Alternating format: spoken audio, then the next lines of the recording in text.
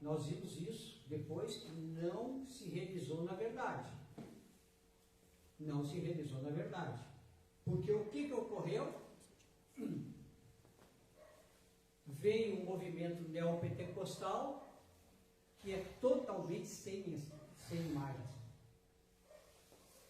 E todo esse povo migrou da Umbanda, a sua assistência em grande parte, para os neopentecostais. É claro que existiam outros motivos também, mas o motivo que os umbandistas davam para retirar as imagens não era verdadeiro. Não se comprovou na sua realidade. Então nós vamos ver que e se notou depois que era mais o quê? Uma muleta do sacerdote e dos médiuns, que se sentiam sem chão se não tivesse a imagem, até para focar uma incorporação. Não foca no Congá, que daí a tua entidade vai vir. Então ele focava numa imagem que era lá de São Sebastião, que era o Oxóssi do sincretismo, e assim por diante. Então era mais o que? Uma deficiência, uma carência dos sacerdotes e médiuns do que da assistência. Tanto é que se comprova, inclusive até hoje, se comprova o seguinte: a assistência chega no terreno, né, e vai consultar, e muitas vezes a entidade diz: tu faz faz um preceito para Xangô que vai resolver, né? O consulente nem se lembra que Xangô é o São Jerônimo que está no Congá. Ele nem faz essa associação. Porque se ele fizesse essa associação, ele dizia: o senhor quer dizer que eu tenho que fazer então uma oferenda para São Pedro, para São Jerônimo? Não, isso não existe. E nem a entidade diz isso. Vejam bem, de novo, a entidade dizendo a realidade espiritual. Ela diz Xangô, ela não diz, vai para São Sebastião ali. Não, ela diz Xangô. Ela diz Inhaçã, ela diz Oxum. Então nós vamos ver que as imagens é um dos fatores que influenciou no sincretismo católico cristão na Umbanda. Nós vamos ver também que o que nós temos aqui, os nomes, e nós temos também os dias. Os dias é algo que o pai Cláudio está quebrando, justamente, aqui em Arambaré, na tradição de ele mostrar justamente que pode ser feita uma homenagem ao Oxum e Iemanjá sem ser no dia delas, que foi escolhido pelo sincretismo delas. Então nós vamos ver que isso é muito importante. Então, mais ainda, quando nós associamos alguma festa ao santo católico, vamos combinar, vamos ser honestos conosco mesmo. A gente, nessa história, ou por dizer, nessa novela, a gente não é o ator principal, porque o ator principal é São Jorge, por exemplo. Nós somos o figurante. Tanto é que é verdade que quando a mídia vai retratar o dia de São Jorge, por exemplo, lá em Porto Alegre, já desde manhã tem lá a movimentação das primeiras missas às 6 horas da manhã na igreja de São Jorge, depois tudo, e passa tudo aquilo, passa 5, 6 minutos de cada entrada que a televisão mostra para os seus repórteres. E a carreata ou passeata de Ogum é segundos. Por quê? Porque nós somos figurante. Nós somos figurante, não somos o ator principal. O ator principal é São Jorge. E o mais grave, tem muito umbandista que pensa que Ogum é São Jorge. Ainda que pensasse diferente, né? Ou seja, São Jorge é menor que Ogum, é um santo que nasceu lá atrás. Enquanto que o orixá Ogum, ele é milenar. Então, quando eu não estou aqui propondo que vocês tirem as suas imagens dos seus terrenos, não é isso.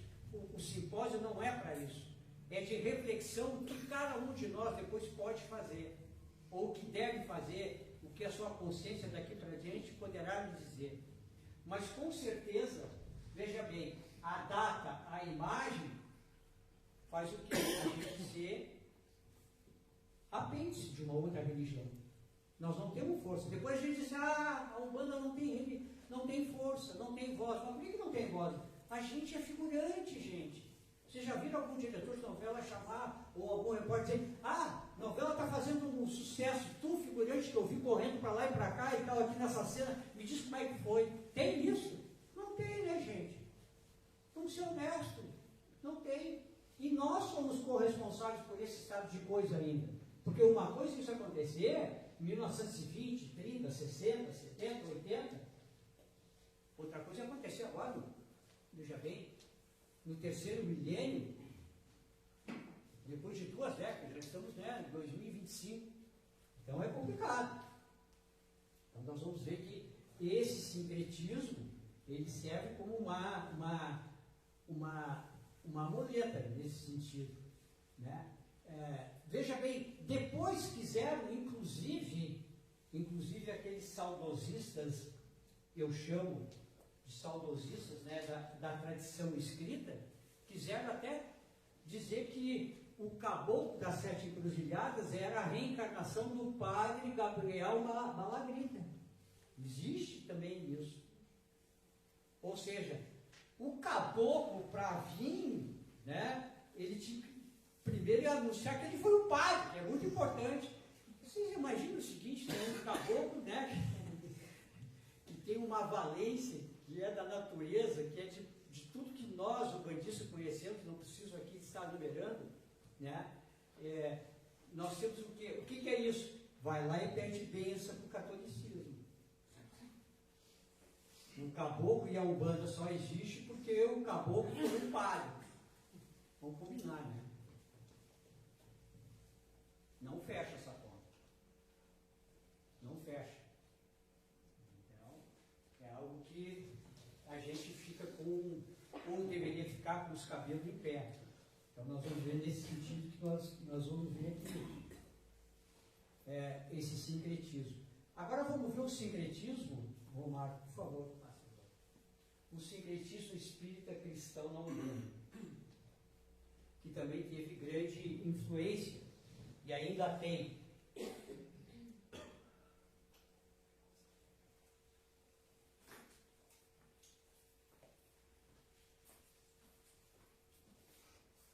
O sincretismo, veja bem, nós vamos ver o quê?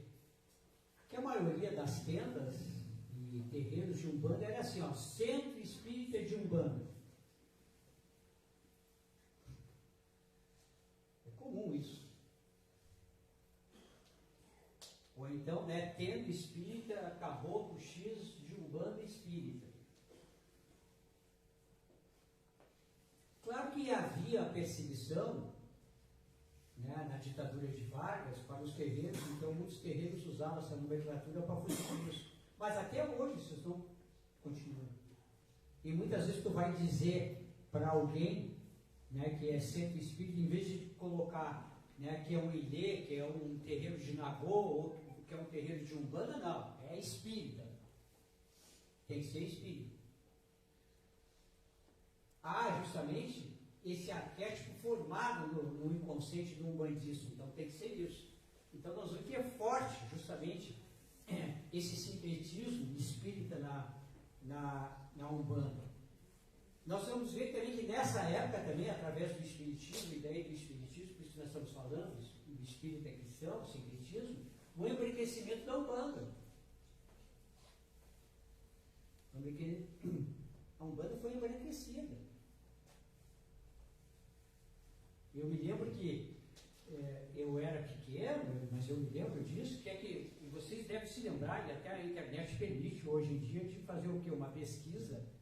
Por exemplo, existia, eu acho que era da Nestlé, o bebê Johnson, parece que era, uma das fraldas, era o que? Bebê tudo loiro, olhos azuis.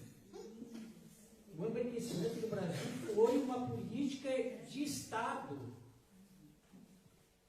E daí tu olha o que? Aqueles centros mais, eu digo centro que era centro espírita de Umbanda, mais influenciado pelo espiritismo, é o que? Não é só o uniforme branco, é o tênis branco também. Não é o pé no chão, é o tênis branco. É tudo. Isso tem uma razão de ser no inconsciente de cada um, o que está fazendo tudo. Mas não, mas de onde é que vem tudo isso? justamente desse embranquecimento. O que o caboclo de Sete Cruzado falou lá? Para ter voz, né, do ameríndio, do índio e do africano. Veja bem, eles tiveram voz, sim, nos terreiros, sim, mas as entidades, as pessoas não, o cidadão não. Quantos, espera aí um pouquinho, Pai Cláudio, quantos negros tem na tua corrente? Só da Luanda. Quem mais quer dar um testemunho? Depende da perspectiva, né? Se a gente falar da miscigenação, aí sim. Não, eu estou falando, não, vamos no, eu estou falando do embranquecimento. Então, veja bem, vamos ser honestos, vamos refletir como essas coisas acontecem. Depois a gente fica estardalhado, dizendo que uma notícia, teve racismo, de onde é que será que é o racismo? Olha, o racismo está dentro de nós, está dentro do nosso terreno. Mas isso não demonstra falta de interesse também, Gilberto? Total das pessoas de quererem, né, de quererem refletir disso aí, de todas essas coisas. Então nós vamos ver o quê? Existe isso. Nós vamos ver o quê? Nos terreiros que tem mais influência espírita, não tem nem farinha, nem dendê. Não tem, é magia com vela e copo, e água. E tem oração, e eu não estou aqui criticando, né, a prece de carne. E também, né, algum setor, tem uns que tem setor de desobsessão, a pessoa já chega obsediada. Então, né, tem que passar pela... Né, como se isso fosse elementos de umbanda, eu quero dizer. Eu não estou dizendo que isso não tem que ser feito, tal, mas cada um tem que ter um espaço. Falar em espaço, vocês já viram o espaço de um centro espírita de umbanda, a sua grande maioria, às vezes não tem uma folhagem, uma flor. Parece mais realmente um centro espírita, porque não tem nada. É só as paredes, tudo branco e não tem nada. Não tem flor, não tem folhagem, não tem uma samambaia. O que o caboclo da Sete Encruzilhadas disse lá atrás? Está faltando uma flor aqui. O que simbolicamente ele estava falando? Que vem a natureza. Eu sou da natureza. Então nós vamos ver que como isso depois reflete no nosso inconsciente e a gente vai fabricando essas coisas sem perceber. Os sacerdotes, os médiuns. Então nós vamos ver que, né?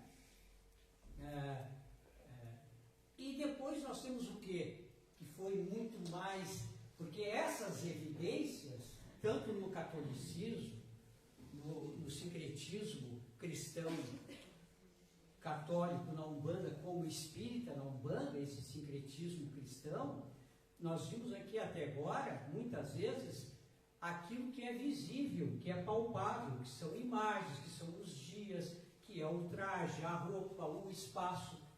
Mas aquilo que é sutil e que não está perceptível,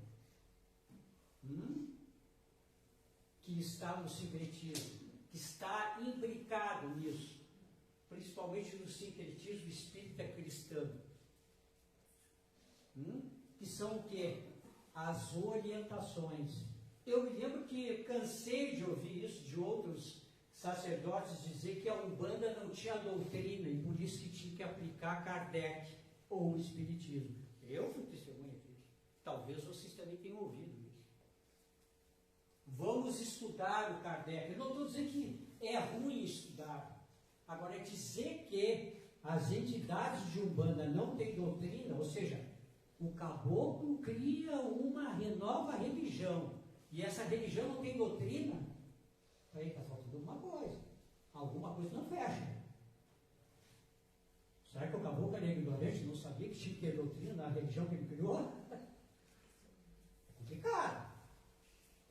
Então, essa doutrinação veio através de várias e várias, o que agora sim posso dizer, não orientações espirituais, mas mensagens espirituais. Lembra que lá atrás eu disse que diferenciar mensagem de orientação, que orientação correspondia a uma realidade espiritual e a mensagem nem sempre, mas só que ela era tomada como verdadeira. Eu me lembro muito bem, vou dar um exemplo rápido aqui para vocês, né? qual a mensagem que graçava lá nos anos 70, que era dita também nos terreiros, né, e principalmente no centro espírita e pelos espíritos, que era o seguinte: toda a família, por uma questão kármica, tinha que ter de 3 a 4 filhos. Era isso. As mensagens, se vocês quiserem, vocês pegam os livros da data de 1960, porque senão o indivíduo estava o quê? Né, interferindo no karma das pessoas que não poderiam renascer. Então as famílias tinham que ter de 3 a 4 filhos. E que, veja bem, o casamento era indissolúvel. Tanto é que a mulher desquitada era mal vista. Mal vista. A mulher desquitada era mal vista. Não traz essa mulher para cá, porque o que acontece? Ela está de olho, ela pode estar de olho do teu marido. Era mais isso. Ou seja, o que veio agora com a realidade espiritual? Porque assim, a realidade espiritual, muitas vezes, como a natureza, quando a gente passa a protelar, ela atropela. Veio o quê? A realidade espiritual produz a evolução no planeta e diz o quê? Bom, agora vai vir a pílula, e que veio a pílula, a independência da mulher, a limitação de filhos e o divórcio. Bom, e daí o que hoje nós vemos nas ditas mensagens espirituais, que eram realidades como absolutas, que é melhor a mulher se separar e provavelmente sofrer, né, uma agressão para não chegar no pior, então que hoje ela pode ter a oportunidade de reconstruir a sua vida com outro marido ou com outra mulher, e que nas próximas reencarnações, então, ela pode saldar essa dívida com esse cônjuge que não deu certo. Não é mudou? Não é uma realidade espiritual? Então, vejam bem, essas coisas sutis vieram parar na Umbanda, através de sacerdotes orientados por essa dita mensagem inquestionável espiritual. Troca aí para nós, aí. O que nós vamos encontrar aqui? Esse livro, Conduta Espírita, foi ditado por André Luiz e tem o quê? O prefácio de Emmanuel.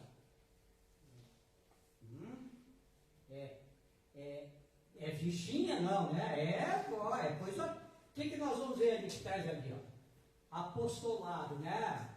É o Conduta Espírita. O nome do livro é Conduta Espírita. E daí, o primeiro capítulo do livro é da mulher. Está ali, ó. Compenetrar-se do apostolado de guardiã do Instituto da Família e de sua elevada tarefa na condução das almas trazidas ao renascimento físico. Afastar-se de aparências e fantasias, consagrando-se às conquistas morais que falam de perto da vida imperecível, sem prender-se ao convencionalismo absorvente.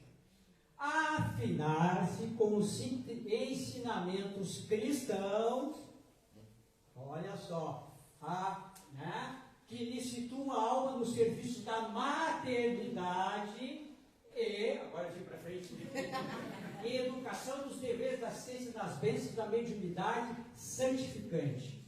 Sentir e compreender as obrigações relacionadas com as uniões matrimoniais do ponto de vista de vida multimilenário do espírito, reconhecendo a necessidade das provações regenerativas que assinala a maioria dos consórcios terrestres. Opor-se a qualquer artificialismo que vise transformar o casamento numa simples ligação sem as belezas da maternidade.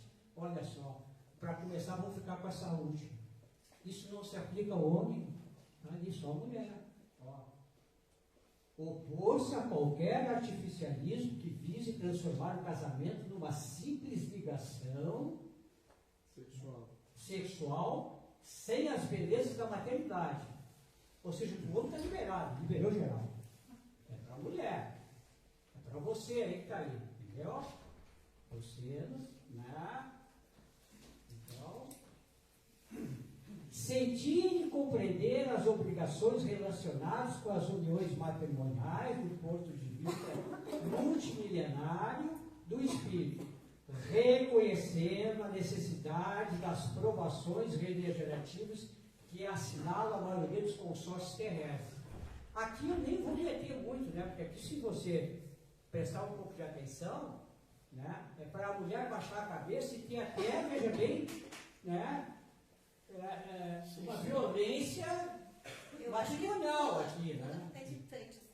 Então, ela está provocando. é complicado. É complicado. Então, né? Essa é a parte que a gente tem que apoiar o elemento feminino. Afinar-se com os ensinamentos cristãos que lhe situam a alma no serviço da maternidade na educação. Eu te pergunto, não poderia também trocar aqui o homem, né? Afinar-se com os ensinamentos cristãos que lhe situam a alma no serviço da paternidade. Afinal, é só a maternidade, é só a mulher. Olha só, afastar-se de aparências e fantasias, consagrando as conquistas morais que lhe falam da vida imperecível, sem prender-se ao convencionalismo absorvente. Ou seja, a mulher está engessada, não pode ir nada. Mas o homem liberou geral. Liberou geral. Compenetrar-se no apostolado guardião do Instituto da Família. Olha, isso não serve para o homem também? Entendeu? A criatura, o homem é só a mulher.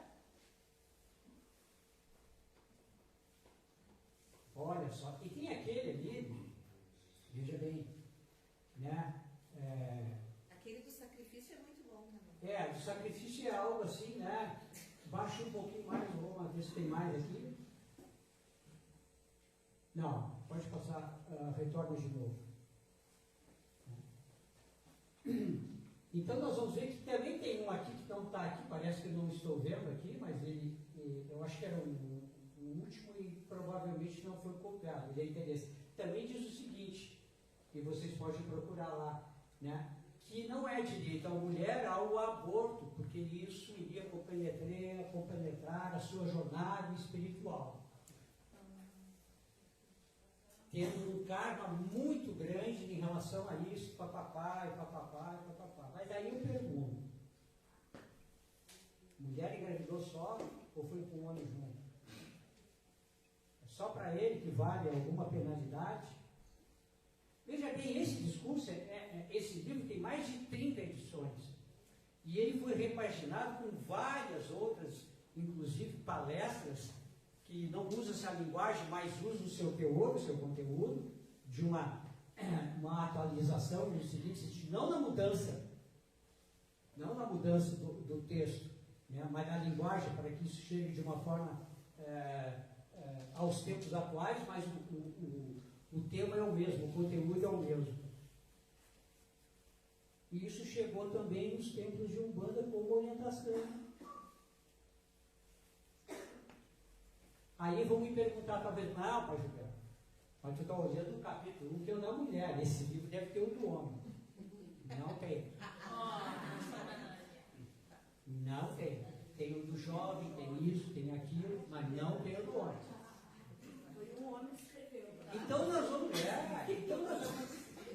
O homem é tão significante que nem merece uma coisa dessa. Por favor, Pai Marcos.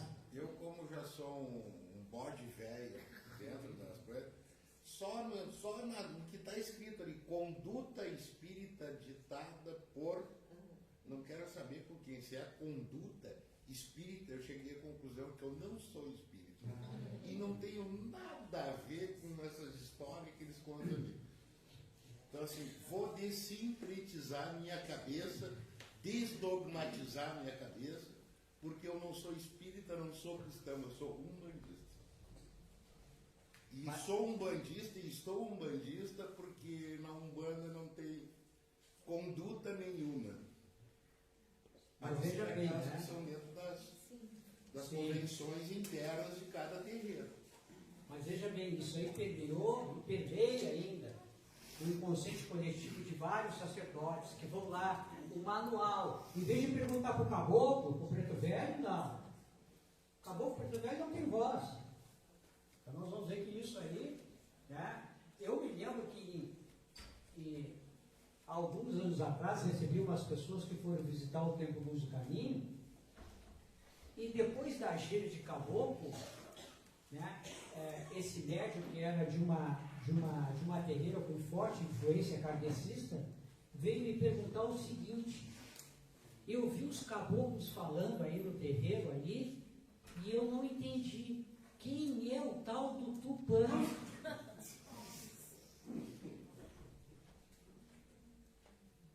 Quem é o tal do Tupã? Eu disse para ela, né, gentilmente, olha, Tupã é Deus, né? A língua tupi, né? Os caboclos são ameríndios, né? Então, eu nunca tinha ouvido falar.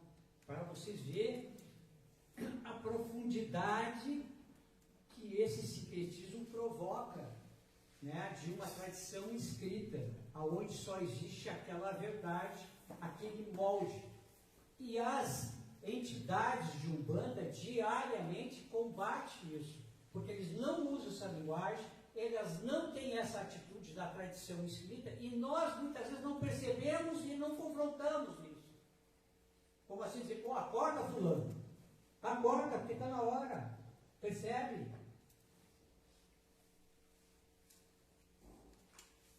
Ou vocês já viram assim, para dar um conselho, o caboclo disse, olha, das ervas eu entendo, mas isso aqui agora aqui vamos ver no manual aqui da Bíblia, capítulo tal, não existe.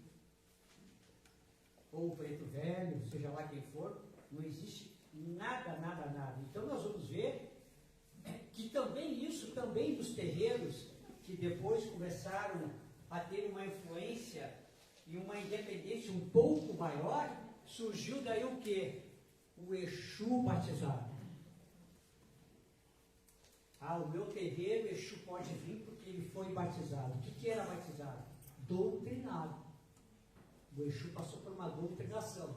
Ou seja, o sacerdote, mais 2, 3, eu nem imagino como é que foi isso. Exu, isso aqui tu não pode, isso aqui é contra a lei, isso aqui é isso aqui no livro tal diz aquilo. Não vai para o céu se não fizer. Eu pergunto, né? É possível isso? Mas as pessoas usavam esse termo, não, meu Exu é batizado aqui, então agora ele pode vir, porque ele está enquadrado.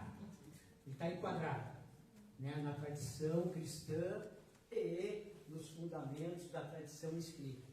Então nós vamos ver que isso ocorreu. Vamos ver agora aqui o sincretismo afro-cristão. Eu sei que o tempo urge.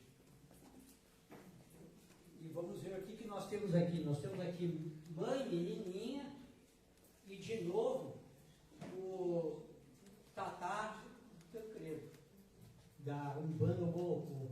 A mãe menininha eu coloquei ela porque, veja bem, apesar, né, de ser do campo afro, ela uma vez entrevistada, perguntaram para ela qual a religião, e daí perguntaram 3 vezes porque não acreditaram no que ela tinha respondido. Ela disse, não, a minha religião é católica. Aí perguntaram para ela, não, mas a senhora não é do candomblé? Não, a minha religião é católica. E ela disse que tinha respondido no censo que ela era católica. Está gravado essa entrevista, né, que acho que foi para a Rede Globo, acho, alguma coisa, viralizou isso, que ela era católica. Olha só o nível, né, do sincretismo, aonde, veja bem, as pessoas perdem, né, e aqui de novo, começo da palestra eu digo, eu não estou aqui discutindo pessoas, mas sim as ideias das pessoas. Como essas ideias transformam numa dirigente espiritual famosíssima no Brasil, que era a mãe menininha. E nós temos aqui o Tata Tancredo, que trouxe, apesar de muitos umbandistas torcerem o nariz, né, ele trouxe várias e várias coisas, né, de conquistas para os umbandistas. Para vocês terem uma ideia, o 31 de dezembro do Rio de Janeiro não ocorria sem a interferência de Tata Tancredo. Veja bem, depois que ele morreu, o que foi transformado no 31 de dezembro? Festa de Réveillon. Perdemos o espaço. Na inauguração da ponte Rio-Niterói, quem foi convidado? Tata Tancredo, da Umbanda Molocô. Daquela que muitos umbandistas, aí tem o preconceito do umbandista com outro umbandista, né? Então, também tem isso. nós vamos ver. Né? Então, ele era uma liderança enorme desse sentido. E ele trouxe, claro, realmente termos que não existiam na grande maioria desse sincretismo de umbandista, por exemplo, de fazer chão, de ter várias outras práticas dentro da Umbanda que ele introduziu e ele lutou dentro desse sentido. Mas, vejam bem, estamos dentro do campo desse. Ele também sofreu o sincretismo, porque olha ali o que está escrito ali embaixo, ali, que ele era presidente da Congregação Espírita de Umbanda do Brasil. Então, houve também aqui, né, o sincretismo e a tradição escrita, tirando inclusive determinados elementos que poderiam ser de construção para que nós tivéssemos uma ideia melhor do que seria a Umbanda nesse sentido. Pode trocar, por favor, Mohamed? Bom, nós temos aqui agora o que? 2 livros que tratam do sincretismo, mas são o que? Esses livros aqui são de antropólogos. Né? José Ferretti e José Simões. Né? O Sérgio Ferretti é muito importante no Brasil, um antropólogo, historiador, enfim, vários livros. Tanto é que o Repensando o Sincretismo do Ferretti, ele tem nada menos como prefácio Reginaldo Prandi, que é considerado o maior antropólogo do Brasil, das religiões afro e do sincretismo. E nós vamos ver que, veja bem, no prefácio, esse livro traz várias informações da influência do sincretismo cristão, né, no afro-cristão. E eu vou ler aqui para vocês, aqui rapidamente, o que diz parte do prefácio do Reginaldo Prandi desse livro. O que acontece? Ele está se referindo aqui ao tambor de Minas, que é muito exercido lá para o norte e nordeste. E ele está se referindo aqui especificamente, né, a São Luís do Maranhão. Lá tem então um tambor de Minas, tem a Casa de Minas da Dona Celeste. E o que acontece lá? Lá tem uma nomenclatura diferente da nossa, mas não errada ou equivocada, longe disso, só os nomes são diferentes, mas as finalidades e as funções são as mesmas, que lá eles, em vez de usar orixás, eles usam voduns. E os médios são chamados de vodunces. E as entidades que acostam esses médios são chamados de senhores, e eles levam o nome. O senhor que acosta a Dona Celeste é Avega Rete, o nome dele, para vocês terem uma ideia. Então, veja bem, Reginaldo Prandi diz o seguinte: o sincretismo não é simplesmente um dado observável, mas um processo sociocultural. Os voduns na Casa de Minas expressam-se como humanos, num transe discreto, muito fácil de ser percebido por um não iniciado. Ou seja, se não é não iniciado, tu pensa que a pessoa não está mediunizada, de tão sutil que é o transe. É isso que ele quer dizer aqui. Né? E daí ele diz o seguinte, que ele está aqui, o Reginaldo Prandi, ele acompanhou um rito, né, por vários dias que aconteceu em janeiro, em comemoração a São Sebastião.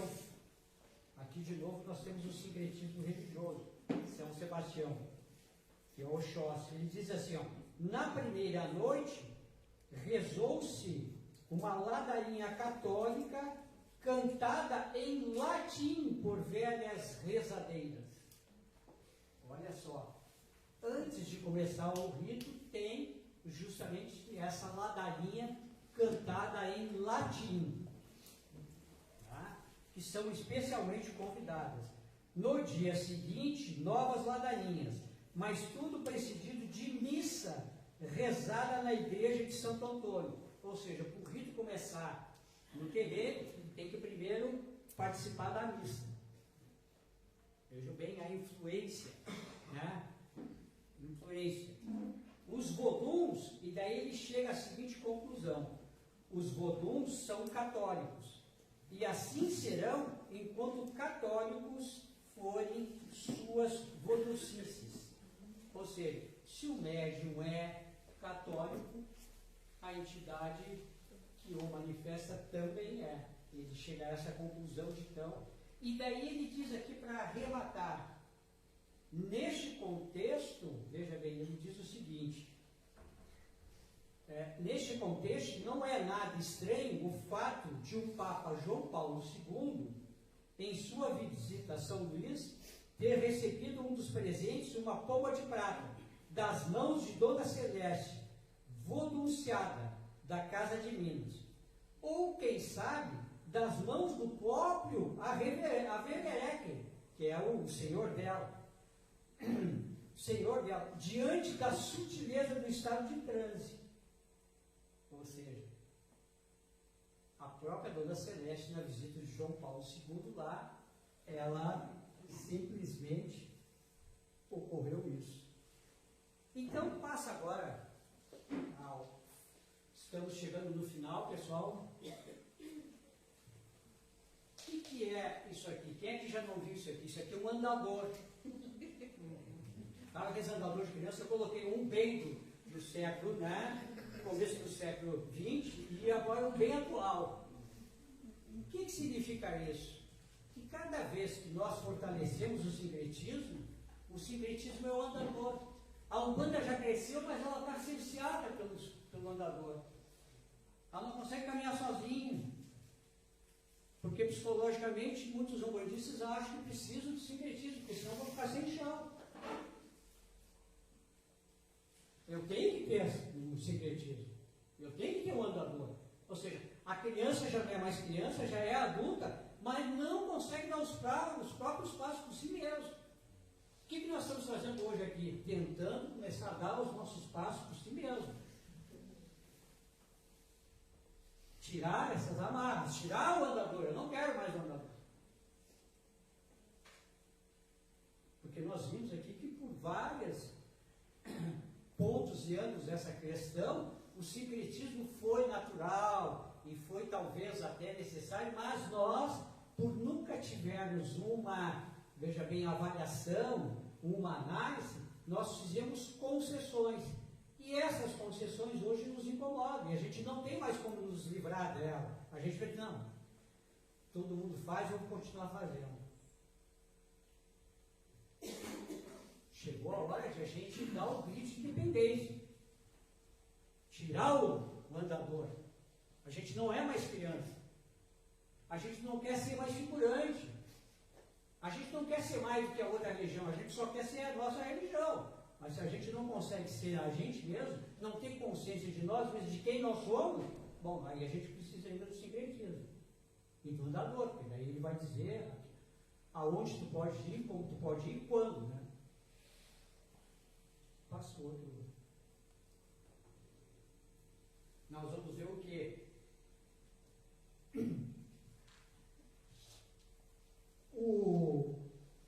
Nós estamos vendo ali os ciganos, os encantados, os burros, que também foi falado aqui, o Pai Marcos, todo mundo nesse sentido.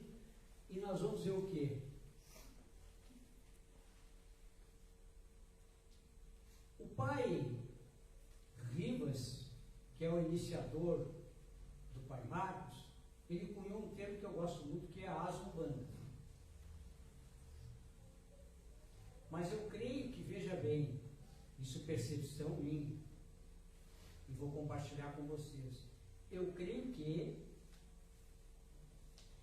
as umbandas, esse termo, ele serviu como um estágio entre justamente o sincretismo e algo que nós temos que ter independência. Ou seja, eu acho que foi um colchão, um amortecedor. Porque nós temos que, mais do que as umbandas, nós temos que dar voz àquilo que nós somos. E E por que eu digo isso que é importante? Porque aqui tem os ciganos, os encantados e os bugres. Se nós ainda considerarmos eles, e não está incorreto, mas como umbandas, nós inconscientemente estamos levando o sincretismo para eles. Ou seja, eles só podem se manifestar no terreno de umbanda. Claro que é o local que hoje eles têm justamente esta oportunidade. Mas cada vez que nós não temos consciência por que isso ocorre, nós não damos independência para eles, ou seja, nós colocamos o andador deles. Eu conheço poucas casas que trabalham genuinamente só com ciganos. Ciganos é gira de cigano, não é nem terreiro de umbanda, é, vou supor, casa de cigano, que tem gira. Ou amanhã depois, casa de bugre, de encantado. Veja bem, eu coloquei a imagem da Sarah Kali justamente negra, porque é a imagem original, ela foi embranquiçada também. Tem muitas imagens de hoje que tem até um véu meio azul também junto nela. E Sarah é um nome hebraico e Kali é um nome sânscrito, que quer dizer princesa negra. Olha só, daquilo que nos chegou, mas quem será que ela foi? Quem será que, por exemplo, né, nos retratos que o pai Marcos muitas vezes está retratando uma cigana que tem esse componente, essa tradução. Então nós vamos ver que, vejam bem, os encantados, os bugres, nós temos que dar a voz também para eles. Eles só têm um local de manifestação hoje na Umbanda? Mas não vamos nos iludir, não vamos iludir eles. Vamos promover a independência. Ou seja, se vemos alguma tendência de alguém que tem médico, que tem sacerdócio, e que está voltado mais para as encantarias, ou para os bugres, ou seja, os ciganos, vamos incentivar ele a ter só aquilo. Ele não precisa da Umbanda para se manifestar, gente. Porque senão ele vai estar pedindo pires para nós, assim como nós pedimos em determinado momento, as pessoas acham que nós tínhamos que dar bênção para a religião católica para que a gente pudesse exercer a Umbanda. Então nós vamos ver que isso é muito importante. E nós temos que, mais ainda, veja bem, nós temos que evoluir justamente nesse espaço de sairmos da tradição escrita e do sincretismo, de sermos nós mesmos e estamos o quê? Perdendo o cavalo encilhado. A Umbanda é a única religião, junto com os cultos afros, que trata da natureza. Nós temos um debate enorme hoje sobre a natureza no Brasil, dos povos originários, e nós podemos ser como religião protagonista disso. Nós não somos nem chamados, nem lembrados.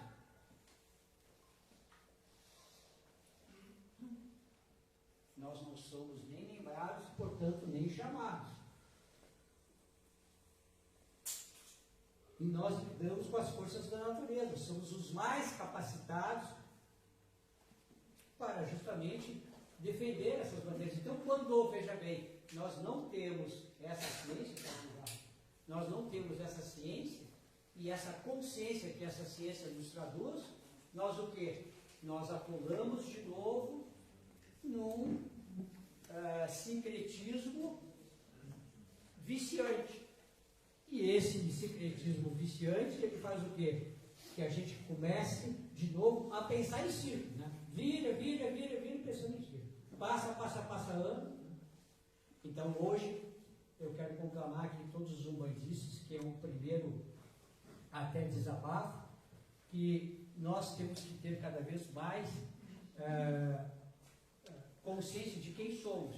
E aquilo que o sincretismo nos trouxe e nos deixou de trazer e que nos tirou também. O tema é muito vasto, espero que tenham ainda fôlego para algumas perguntas ou não. Muito obrigado.